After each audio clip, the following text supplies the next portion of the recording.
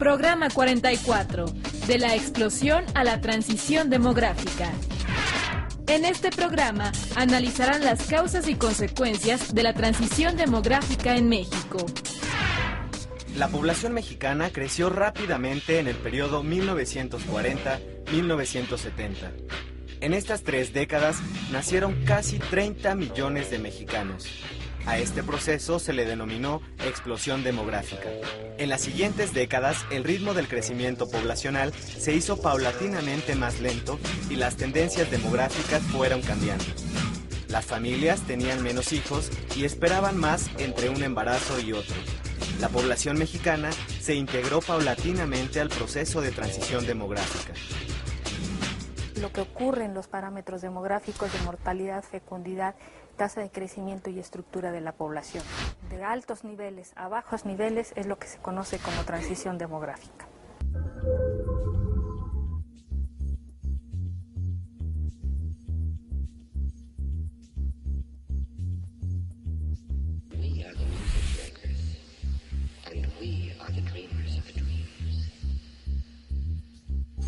La transición demográfica en México, como se le ha llamado. Las causas de los cambios en la mortalidad, la fecundidad, a partir de 1930, la mortalidad descendió de una manera nunca vista y empezó a descender por el uso de vacunas, principalmente, y después de la Segunda Guerra Mundial por el uso de antibióticos, adelantos médicos, la introducción de agua potable, de alcantarillado. Todos estos hizo que la esperanza de vida de los países como México, de América Latina y muchos asiáticos descendiera a una velocidad inusitada. Si el proceso del aumento en la vida de los individuos tardó 200 años en los países industrializados, en el caso de México ocurrió de la década de 1930 aproximadamente al año 60. O sea que en 30 años la velocidad del descenso de la mortalidad fue increíble. En los años 50, por ejemplo, durante la década de los 50, se ganó un año más en la esperanza de vida. La esperanza de vida es el número de años promedio que viviría un individuo que nace ahora y cuánto va a vivir en promedio toda la generación que nace este año. Por ejemplo, en Europa se duplicaba en los años de mayor crecimiento cada 60 años la población. En México en los años 60 y en los años 70 y los años 80 se duplicó cada 20 años. Entonces ese proceso de aceleración del crecimiento de la población es nunca visto en el mundo, sino hasta estas décadas, tanto para México como para América Latina y los países asiáticos. Ha tenido una aceleración inusitada, tanto como todos los países de América Latina o de Asia, en el cual la fecundidad empezó en 1980, termina el descenso en la década de 1920, o sea, 60, 70 años. En México el descenso se ha llevado a cabo a partir de mediados de los años 70. Actualmente estamos con una tasa de 2.4, que significa que tienen en promedio las mujeres a lo largo de su vida reproductiva 2,5 hijos, habiendo tenido en las décadas de los 70 6 y 7 hijos promedio. Entonces si ustedes ven, el descenso es sumamente drástico en comparación con el ritmo y las etapas que pasaron los países industrializados. Uno de los factores que más contribuyó a la disminución del crecimiento demográfico en México fueron las transformaciones sociales, económicas y culturales de las mujeres mexicanas. La incorporación de las mujeres en las industrias, las empresas, las universidades y colegios, así como en las oficinas y establecimientos gubernamentales de todo tipo, llevó a que sus aspiraciones se transformaran. Además de madres y amas de casa, buscaron el desarrollo profesional. El uso de métodos anticonceptivos permitió a las parejas decidir cuándo y cuántos hijos tener, de acuerdo a las posibilidades económicas de la familia y al propio desempeño laboral de la madre. En millones de hogares mexicanos, el ingreso de la mujer se volvió fundamental dadas las difíciles condiciones económicas de las décadas de 1980 y 1990. La resolución de tener pocos hijos también dependió de las posibilidades de ofrecerles una mejor calidad de vida.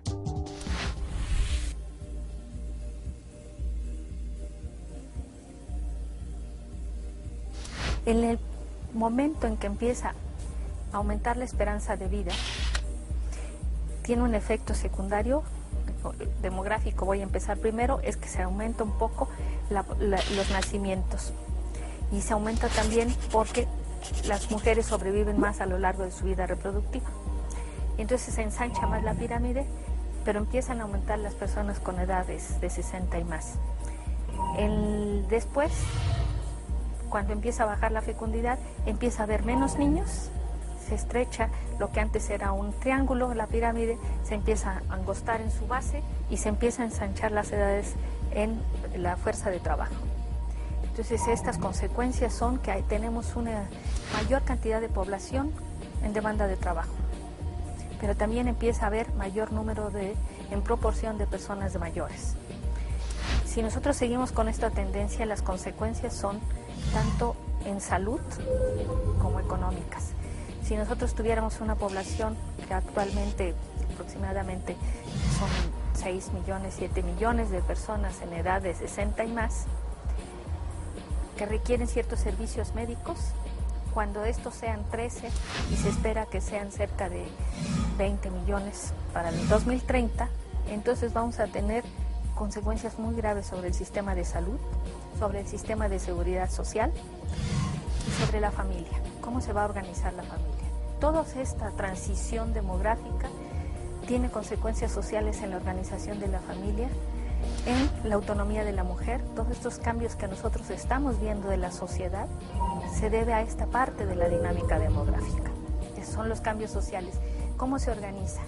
Antes una mujer se pasaba 60% de su vida reproductiva cuidando niños.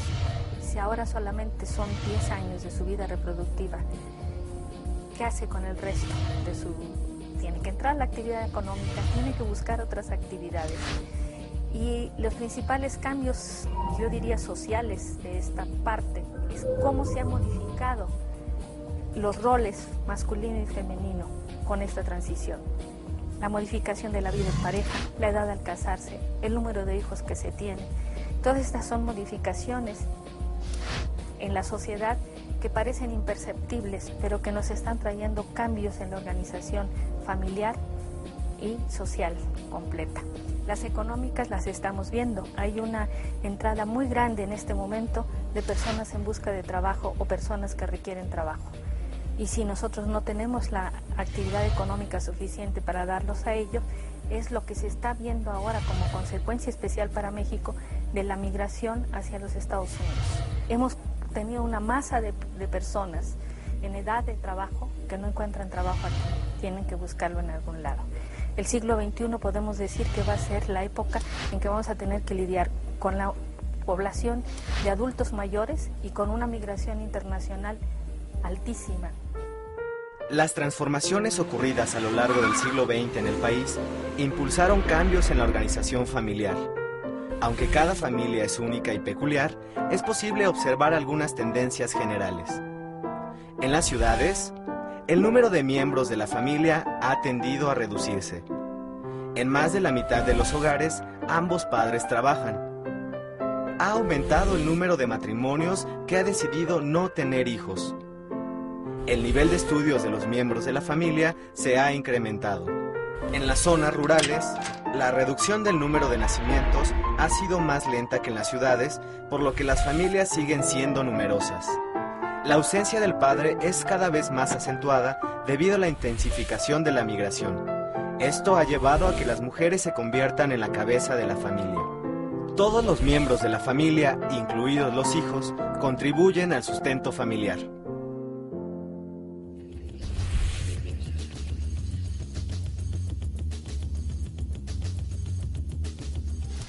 Para el año 2005 y 2050, especialmente la población de adultos mayores, se incrementará alrededor de 26 millones de personas.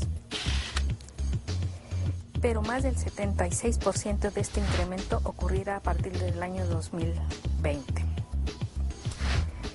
Entonces, si ahorita 1 de cada 13 mexicanos es un adulto mayor, en 2050 será cada uno de 4 mexicanos que será adulto mayor. Eso, comprenderán, trae una dinámica social y económica completamente distinta.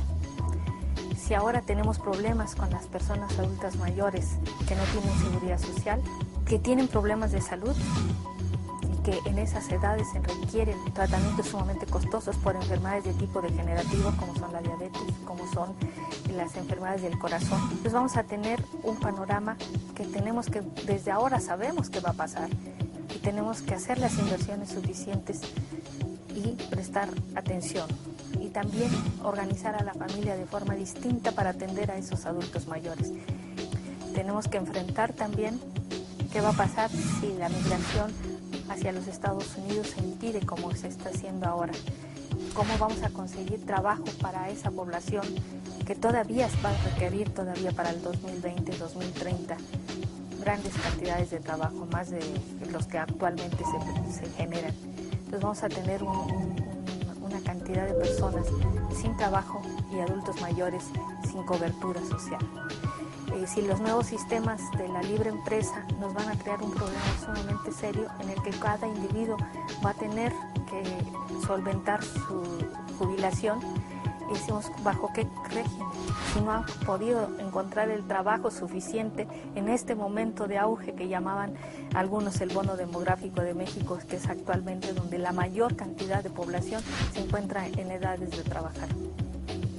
Entonces, sí, las consecuencias para México hay que tomarlos en cuenta. Están dados los parámetros. Es una de las características de la población que la podemos predecir muy fácilmente qué está pasando, porque los que van a ser adultos dentro de 50 años ya nacieron.